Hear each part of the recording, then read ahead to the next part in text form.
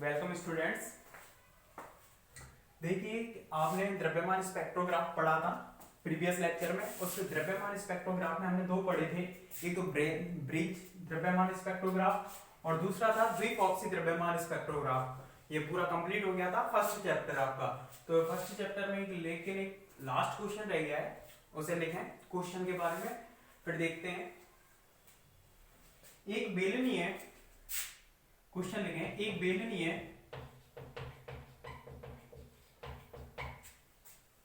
स्थिर वैद्युत ऊर्जा फिल्टर में एक बेलनीय स्थिर वैद्युत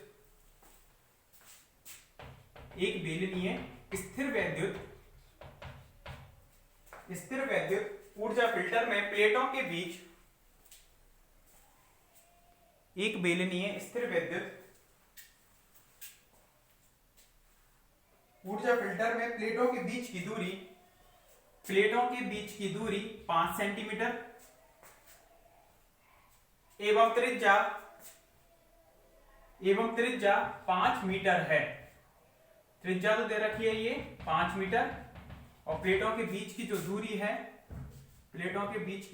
है वो दे रखी है 5 सेंटीमीटर। ये सेंटीमीटर में, ये मीटर में, ध्यान रखना। तब प्लेटों के मध्य कितना विभवांतर लगाया जाए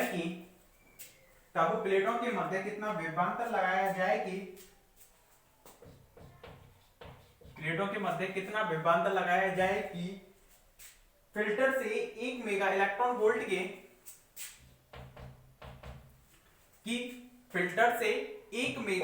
वोल्ट के कार्बन प्लस प्लस आयन प्राप्त हों। फिल्टर से 1 मेगा इलेक्ट्रॉन वोल्ट के C प्लस प्लस आयन प्राप्त हों।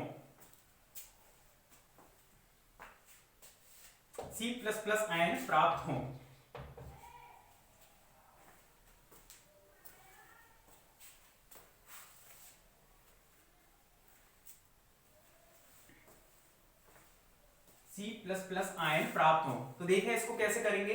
हमने पढ़ा था ऊर्जा फिल्टर में, जहां पर ऊर्जा फिल्टर था उसमें हम पढ़ रहे थे एक बेलनीय फिल्टर। कुछ इस टाइप से दो प्लेटें थी जो कि बेलनीय संधारित्र की तरह काम कर रही थी, C1 और C2 या P1 P2 जो भी नाम दे रहे थे हम। वहां पर इस तरह से इसकी जो रेडियस हुआ करती थी, यहाँ पर कोई भी चार्ज पार्टिकल एंटर कर रहा था, M चार्ज पार्टिकल, और Q चार्ज था उस पर Ne के बराबर, यहाँ से एंटर कर रहा था इसमें बेलनीय ऊर्जा फिल्टर में। अरे प्लेट ऐसी तो बनाई थी, ये प्लेट इसमें इसी तरह से बनाई थी, पूरा के पूरा पूरी की पूरी प्लेट इस तरह से बनाई थी इसमें। तो बेलनीय ऊर्जा फिल्टर में ये दो प्लेटें थी इस तरह से, C1 C2 या P1 P2 जो भी नाम दे रहे थे। बीच में यहाँ पर जो पथ में घूम रहा था उसको R नाम दे रहे थे, और दोनों प्लेटों के बीच की दूरी थी स्मॉल d। तो क्वेश्चन क्या कह रहा है, एक बेलनीय स्थिर वैद्युत क्यों बोल रहे थे, क्योंकि दोनों प्लेटों के मध्य यहाँ पर जो इलेक्ट्रिक फील्ड काम कर रहा था वो कौन सा कर रहा था, E वेक्टर, और वो कांस्टेंट था, स्थिर था, इसलिए इसको बोल रहे हैं स्थिर वैद्युत ऊर्जा फिल्टर। और इसमें दूरी जो दे रखी है दोनों प्लेटों के बीच की, उसको हम d से लिखेंगे 5 सेंटीमीटर, यानी कि 5 × 10⁻⁻2 मीटर। तो क्या दे रखी है, दोनों प्लेटों के बीच की दूरी दी हुई है। 1 मेगा इलेक्ट्रॉन वोल्ट के जो पार्टिकल हैं, जब इसमें से एंटर करके यहाँ से बाहर निकलेंगे तो वो कितनी एनर्जी लेकर निकले, वहां से 1 मेगा इलेक्ट्रॉन वोल्ट की एनर्जी लेकर वहां से निकले। तो उसके लिए हमें यहाँ पर कितना विभवांतर लगाना होगा। तो हम इलेक्ट्रिक फील्ड पर बात कर रहे थे, इलेक्ट्रिक फील्ड और विभवांतर में अंतर रिलेशन क्या होता है, electric field equal to V/T, potential upon distance, दोनों के बीच की दूरी, ये हो जाएगा।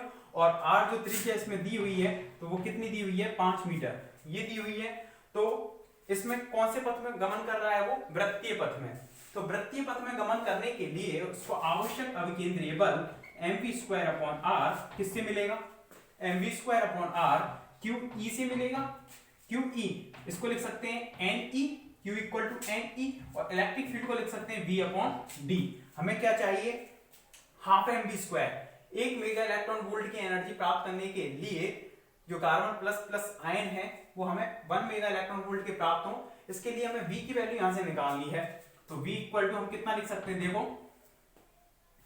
V इक्वल टू यहां पर D आ जाएगा mv²/r, तो अपनी जगह है ये, और नीचे आ जाएगा NeV, Ne, ठीक है। ये आ जाएगा d ऊपर गया Ni नीचे आ गया पूरा, क्योंकि विभवांतर हमें निकालना है। क्या निकालना है? उन दोनों प्लेटों के बीच में कितना विभवांतर लगा हुआ है, तो V हो जाएगा।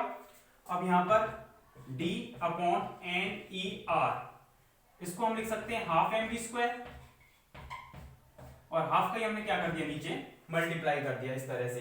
तो हाफ mv² को हम कितना लिख देंगे, d अपॉन NE, एक बार देखें इसको, d अपॉन NER, हाफ का ये ऊपर पहुंच गया, और ये कितनी हो जाएगी, काइनेटिक एनर्जी। सभी वैल्यू आपको दी हुई है। 2 कांस्टेंट है, d की वैल्यू 5 × 10⁻² मीटर दी हुई है। n कितना आयन पर चार्ज होगा, +2, तो n का मान कितना हो जाएगा, +2। E का मान 1.6 × 10⁻⁻19 कूलम, ये हो जाएगा। रेडियस r दी हुई है 5 मीटर, और काइनेटिक एनर्जी दी हुई है 1 मेगा इलेक्ट्रॉन वोल्ट। तो काइनेटिक एनर्जी जो दी हुई है 1 मेगा इलेक्ट्रॉन वोल्ट, इसमें विभवांतर निकालना है, तो इसको हमें जूल में चेंज होगा, 10⁶ × 1.6 × 10⁻⁻19, और ये हो जाएगा इसमें चेंज जूल में। इस तरह से काइनेटिक एनर्जी को जूल में चेंज करते हुए इसमें वैल्यू पुट करनी है, और क्या निकालना है, यहाँ से पोटेंशियल V का मान निकालना है। तो करें इसको कंप्लीट पूरा, चित्र को भी बना लेना ताकि समझ में आ जाए आपको।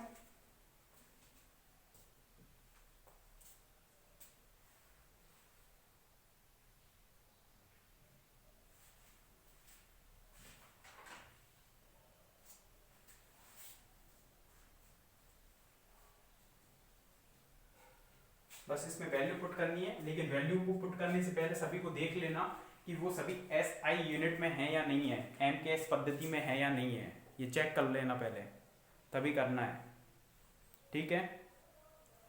और इसका जो आंसर आएगा विभवांतर है, तो इसका मात्रक तो हो जाएगा वोल्ट, और इसकी वैल्यू जो आएगी 10⁴ वोल्ट आएगी। कंप्लीट करें इसको अपनी लैंग्वेज में, फिर आगे बढ़ेंगे। चित्र को बना लेना, आंसर में पहले जो गिवन है उनको लिखना, और क्या ज्ञात करना है उसे लिखना तरीके से। फाइनल ईयर में हो लिख सकते हो।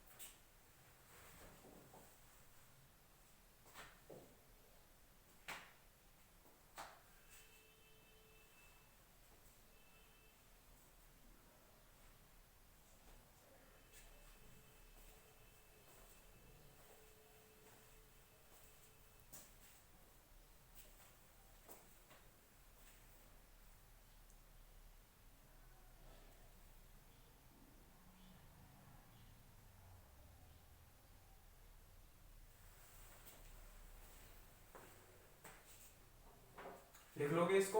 तो फर्स्ट यूनिट की जो सेकंड चैप्टर है उसे देखते हैं। ये कंप्लीट हो चुका है। क्वेश्चन इसी तरह से सिंपल आएंगे। जो फॉर्मूला बेस्ड था कि आवश्यक अभिकेंद्रीय बल है वो किससे मिलेगा, यहाँ पर कूलाम बल से। तो यहाँ पर लिख देना एक लाइन, अभिकेंद्रीय बल कूलाम बल से प्राप्त होगा, अर्थात करके अभिकेंद्रीय बल कूलाम बल से प्राप्त होगा। लाइन लिख देना ताकि पता रहे आपको कि किससे हमने इक्वेशन लिखी है, और वहां पे लिख ही रहा है जहां पर हमने ये करा था। ठीक है,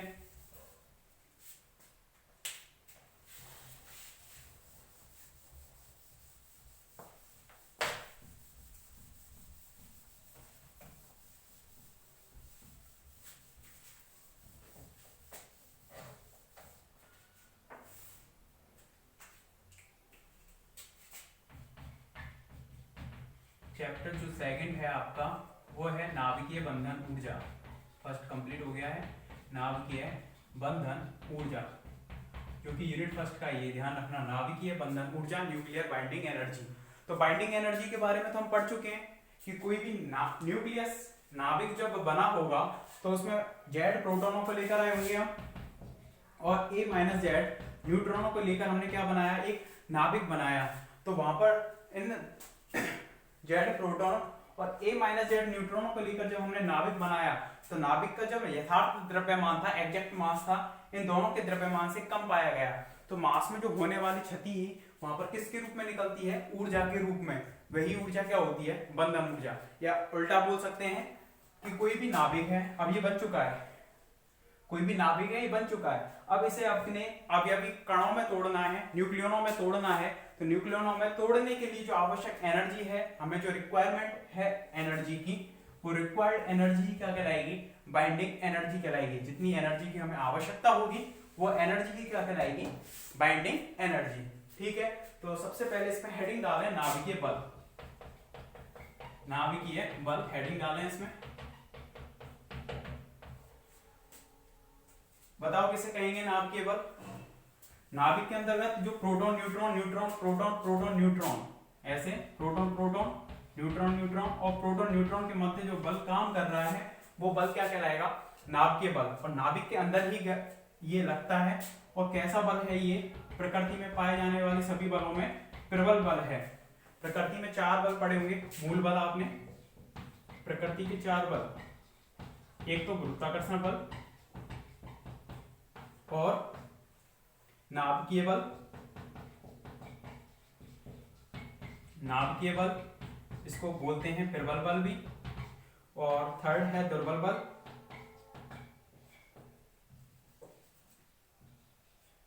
दुर्बल बल, और फोर्थ है कौन सा? ये हो गए, और विद्युत चुंबकीय बल, विद्युत चुंबकीय बल। ये 4 बल हैं। 4 बल है प्रकृति में मूल रूप से पाए जाते हैं। गुरुत्वाकर्षण बल जैसे पृथ्वी और सूरज के बीच में लग रहा है वो गुरुत्वाकर्षण बल है जो कि द्रव्यमान पर निर्भर करता है। नाभिकीय बल है जो कि नाभिक के अंतर्गत न्यूक्लियनों के मध्य लगता है और जो कि आवेश पर निर्भर नहीं करता। ये ध्यान रखना, ये आवेश पर निर्भर नहीं करता क्योंकि ये proton proton neutron neutron proton neutron के मध्य समान रूप से काम कर रहा है। इनके बीच में जितना परिमाण होगा इस बल का उतना ही परिमाण इनके बीच में, इनके बीच में। जबकि न्यूट्रॉन तो उदासीन है और प्रोटॉन कैसा है? धनावेशित है। अगर ये चार्ज पर डिपेंड करता तो इनके बीच का बल कुछ और होता, इनके बीच का बल कुछ और होता और इनके बीच का कुछ और होता, क्योंकि एक आवेशित है एक अनावेशित है या उदासीन है, तो अलग अलग होता। अगर ये किस पर डिपेंड करता? चार्ज पर। लेकिन ये चार्ज इंडिपेंडेंट होता है, आवेश स्वतंत्र होता है। तो नाभिकीय बल जो प्रकृति में पाए जाने वाले सभी बल हैं उनमें सभी से क्या होता है? प्रबल होता है। और सबसे दुर्बल बल होता है वो दुर्बल नहीं होता, ये ध्यान रखना। सबसे जो दुर्बल होता है वो गुरुत्वाकर्षण बल होता है। कौन सा बल होगा वो? गुरुत्वाकर्षण बल होगा। क्यों? गुरुत्वाकर्षण बल ही सबसे दुर्बल क्यों है? अगर ये सोचो प्रबल बल होता, अगर ये प्रबल होता तो जैसे कि मैं हूं, ये भी बोर्ड है, द्रव्यमान है, हम आपस में क्या हो जाते? टच हो जाते। मतलब हम, क्योंकि ये ऑलवेज आकर्षण की प्रकृति का होता है, तो दोनों हम द्रव्यमान है, जितना भी द्रव्यमान है सब सारा का सारा क्या हो जाता? संगठित हो जाता। लेकिन ऐसा नहीं है। क्यों? क्योंकि इसके लिए जो फॉर्मूला है ये होता है Gm1m2/r²। वो किस किस पर डिपेंड करता है? दोनों पदार्थों के द्रव्यमान पर। जो दोनों पार्टिकल हैं उन पार्टिकल्स की द्रव्यमान के गुणनफल की क्या होगा? समानुपात में होगा। मतलब जितना ज्यादा द्रव्यमान होगा फोर्स का मान उतना ही ज्यादा होगा। अब पृथ्वी, सूर्य, इनका तो द्रव्यमान 10⁻17 किलोग्राम इस तरह से है, 10⁻17 किलोग्राम, 10⁻14 किलोग्राम, इस तरह से द्रव्यमान होने की वजह से वहां पर m1 m2 के मान बहुत ज्यादा हो जाते हैं। इसलिए उनके बीच में फोर्स दिखता है, महसूस होता है। कौन सा? ग्रेविटी वाला। जैसे कि हम पृथ्वी से बंधे हुए हैं, चल उछलने की कोशिश करते हैं, नीचे आ जाते हैं, तो वहां पर m1, पृथ्वी का मास ज्यादा है, हमारा कम है, लेकिन एक तो ज्यादा हुआ। लेकिन मैं और बोर्ड की बात कर रहा हूँ या इसकी बात कर रहा हूँ मार्कर की, ये मेरे से हमेशा चिपका हुआ क्यों नहीं है? क्योंकि मेरा वेट कितना होगा? मान लिया 50 60 65, मान लिया 65 kg में मेरा वेट है, और m2 कितना है? मार्कर का वेट कितना होगा? ये तो मुश्किल से 20 ग्राम का होगा, 20 ग्राम का होगा। तो द्रव्यमान का मान तो क्या हो गया यहाँ पर? कम।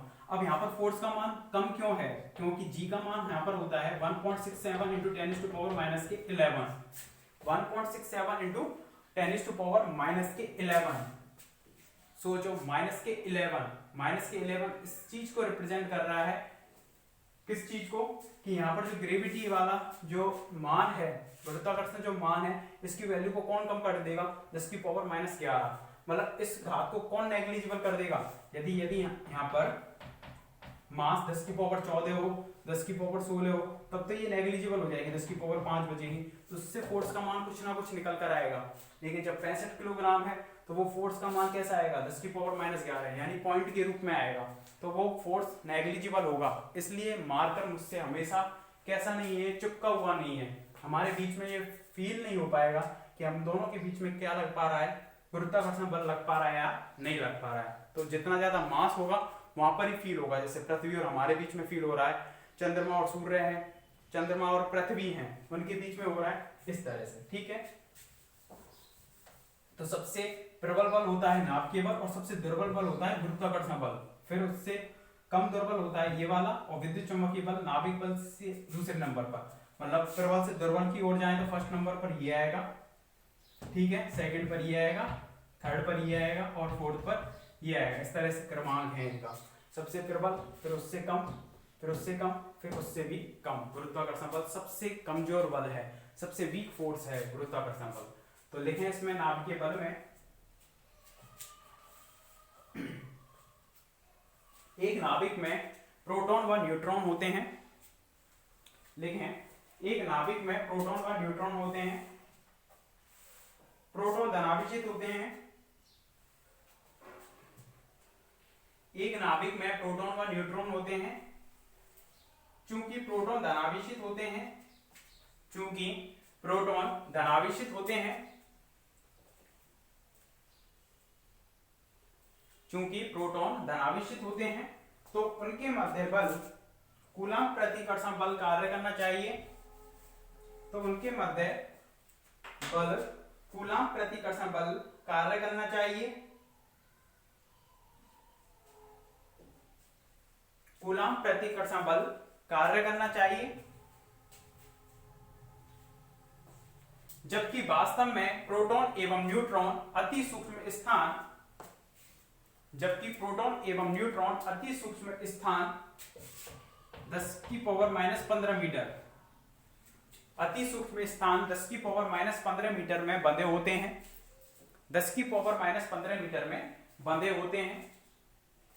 देखिए मतलब क्या है इस चीज का, कि नाभिक के अंतर्गत प्रोटॉन भी है और न्यूट्रॉन भी है, तो प्रोटॉन प्रोटॉन के मध्य अगर कूलम्ब प्रतिकर्षण बल कार्य करता, प्रोटॉन और प्रोटॉन इनके मध्य यदि कूलम्ब प्रतिकर्षण बल कार्य करता तो ये नाभिक को छोड़ के बाहर निकल जाते, क्योंकि प्रतिकर्षण है बाहर निकल जाते। लेकिन वास्तव में तो नाभिक बना हुआ है, उसके अंतर्गत प्रोटॉन प्रोटॉन पाए गए हैं, तो वो बाहर क्यों नहीं निकल रहे, इसलिए कह रहे हैं हम कि उनके मध्य कूलम्ब प्रतिकर्षण बल कार्य ही नहीं कर रहा होगा, कोई अन्य प्रबल आकर्षण बल कार्य कर रहा है जो उनको अति सूक्ष्म स्थान कितने 10 की पावर -15 मीटर में क्या कर रहा है, बांधे रख रहा है। क्योंकि ये चीज हमें मिली है कि नाभिक के अंतर्गत प्रोटॉन है, तो इस चीज की जानकारी हम कैसे ले सकते हैं, कूलम्ब प्रतिकर्षण बल होता तो होते ही नहीं है, इनके बीच तो मतलब प्रोटॉन तो पाए नहीं जाते नाभिक के अंतर्गत, न्यूट्रॉन तो चलो उदासीन है मान लिया, लेकिन प्रोटॉन तो नहीं पाए जाते अगर प्रतिकर्षण बल कार्य करता। तो कोई अन्य बल है और वो कैसा है, प्रबल है, जो उनको टाइटली क्या कर रहा है, तो छोटे से स्थान में बांधे रख रहा है। तो लिखें इसमें अतः उनके मध्य कूलम्ब प्रतिकर्षण बल कार्य करता है, करना चाहिए। जबकि वास्तव में प्रोटॉन व न्यूट्रॉन अति सूक्ष्म स्थान 10 की पावर -15 मीटर में स्थित होते हैं, जबकि वास्तव में प्रोटॉन व न्यूट्रॉन अति सूक्ष्म स्थान 10 की पावर -15 मीटर में स्थित रहते हैं। इसका यह अर्थ यह हुआ कि, इसका अर्थ यह हुआ कि नाभिक में कोई प्रबल आकर्षण बल,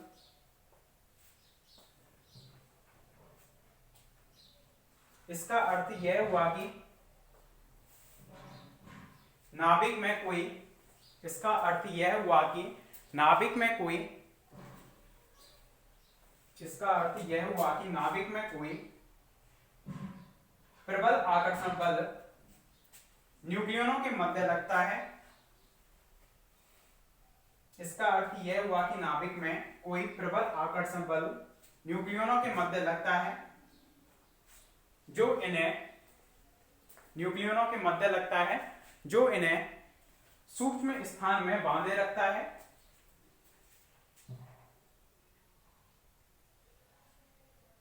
जो इन्हें इतने सूक्ष्म स्थान में बांधे रखता है। इस प्रबल बल को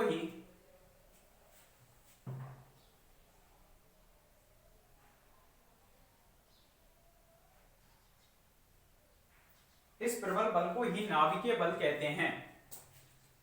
इस प्रबल बल को ही नाभिकीय बल कहते हैं।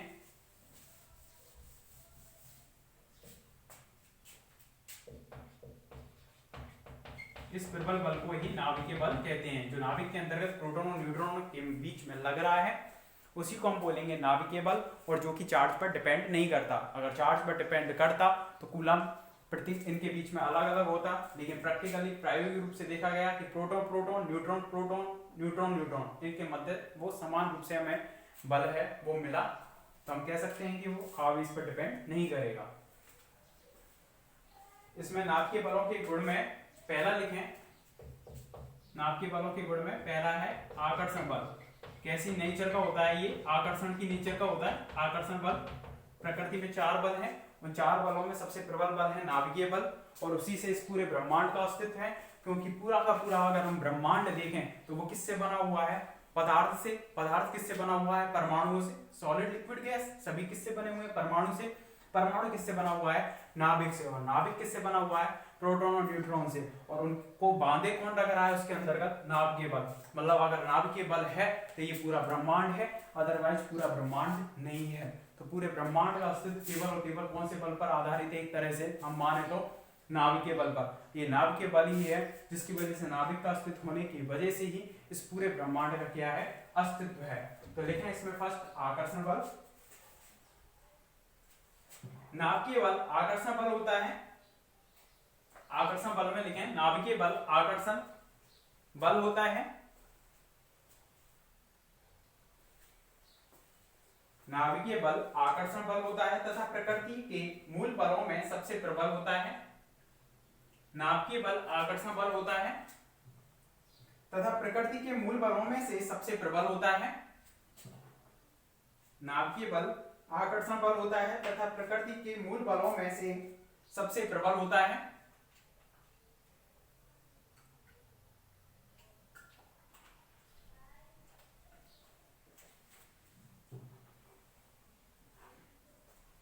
प्रकृति के मूल बलों में से सबसे प्रबल होता है।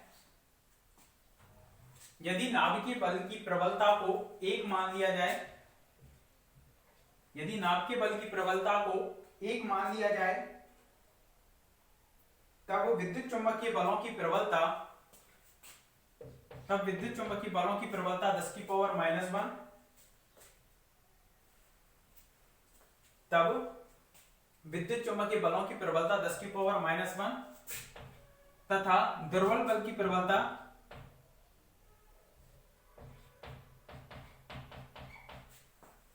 दुर्बल बल की प्रबलता 10 की पावर -5 से 10 की पावर -14, 10 की पावर -5 से 10 की पावर -14 एवं गुरुत्वाकर्षण बल की प्रबलता 10 की पावर -39 होगी। यदि, दोबारा सुने पूरी लाइन को, यदि प्रबल बल की प्रबलता को 1 मान लिया जाए, तब दुर्बल बल की प्रबलता, सॉरी विद्युत चुंबकीय बल की प्रबलता 10 की पावर -1, ये विद्युत चुंबकीय की है, ये दुर्बल की है, और ये वाली कौन सी की है? गुरुत्वाकर्षण की। प्रबलता मतलब कौन सा ज्यादा प्रबल है, तो सबसे ज्यादा प्रबल तो यही होगा। कौन सा? प्रबल बल ही या नाभिकीय बल? जो नाभिकीय बल है वो सबसे प्रबल होगा। उसकी प्रबलता हमने कितनी मानी है? 1। तो उसकी तुलना में ये 1/10 होगी, इसकी 1/10 की पावर 5 होगी, मतलब और दुर्बल हो गया। और ये तो गुरुत्वाकर्षण में 1/10 की पावर 39, मतलब 1 का 10 की पावर 39वां भाग, मतलब बहुत ही ज्यादा दुर्बल है। कौन सा बल? गुरुत्वाकर्षण बल।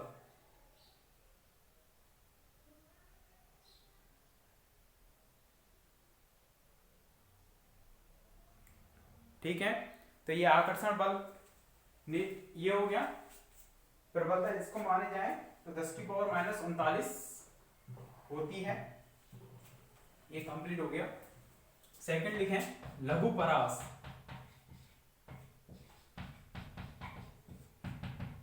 नाभिकीय बल की जो परास रेंज कहां से कहां तक काम करेगी? जैसे कि ये तो पूरा परमाणु है, इसके बीच में ये नाभिक है, ये नाभिक के अंदर ही काम कर रही है। मतलब यहाँ से 0 से ये कितनी रेडियस होगी इसकी? 10 की पावर -15 मीटर, फर्मी ऑर्डर में होगी। 10 की पावर माइनस 15 मीटर, जबकि यहाँ से यहाँ तक कितनी होती है, 10 की पावर माइनस 10 मीटर एंगस्ट्रम में होती है, एक एंगस्ट्रम, और ये वाली एक फर्मी। ठीक है, तो इसकी जो परास है, मतलब नाभ के बल कौन कौन सी रेंज में काम कर रहा है, 0 से 10 की पावर माइनस 15 मीटर रेंज में, इतनी ही रेंज में काम कर रहा है कौन, नाभ के बल। लिखें इसमें